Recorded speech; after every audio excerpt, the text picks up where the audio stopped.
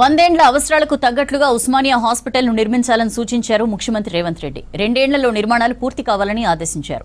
రాష్ట్రంలోని నిర్మాణంలో ఉన్న హాస్పిటల్స్, మెడికల్ కాలేజ్ నిర్మాణానికి పర్యవేక్షణ అధికారులను నియమించాలని సూచించారు. రేపు కేబినెట్ భేటీ జరగనుంది.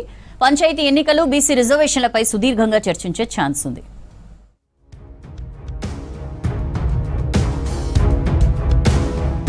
ప్రభుత్వం ప్రతిష్టాత్మకంగా భావిస్తున్న ఉస్మానియా నూతన హాస్పిటల్ భవనాలు 2 ఏళ్లలో పూర్తి కావాలని అధికారులను ఆదేశించారు ముఖ్యమంత్రి రేవంత్ రెడ్డి.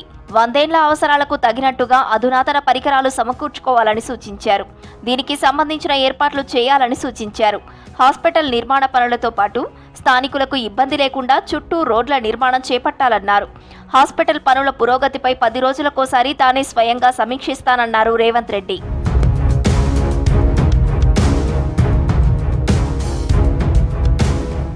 హైదరాబాద్తో పాటు వివిధ జిల్లాల్లో నిర్మాణంలో ఉన్న హాస్పిటల్స్, మెడికల్ కాలేజీలకు సంబంధించి ప్రతి నిర్మాణానికి ఒక అధికారిని నియమించాలని ఆదేశించారు ముఖ్యమంత్రి రేవంత్. నిర్మాణాలపై 24 గంటలు అధికారి పర్యవేక్షించేలా పూర్తిస్థాయి బాధ్యతలను అప్పగించాలని సూచించారు. వచ్చే జూన్ నాటికి నిర్మాణాలు పూర్తి కావాలని ఆదేశించారు ముఖ్యమంత్రి రేవంత్ రెడ్డి.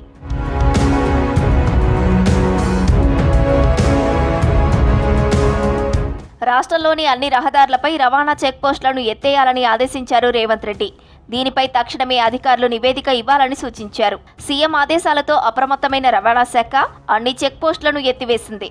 రహదారులపై వాహనాల రాకపోకలకు ఎలాంటి అడ్డంకులు లేకుండా చర్యలు తీసుకుంది. చెక్పోస్టుల దగ్గర బోర్డులు, బారికేడ్లను తొలగించింది.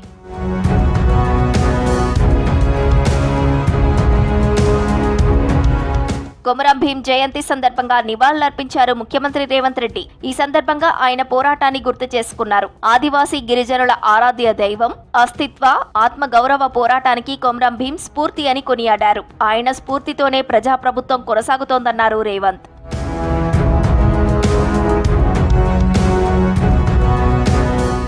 రేపు రాష్ట్ర కేబినెట్ భేటీ జరగనుంది. సీఎం రేవంత్ రెడ్డి అధ్యక్షతన జరగనున్న ఈ సమావేశంలో కీలక నిర్ణయాలు తీసుకునే ఛాన్స్ ఉంది.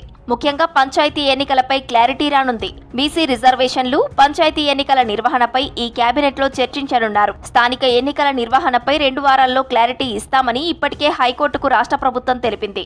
నవంబర్ 1లోగా అఫిడవిట్ దాఖలు చేయనుంది.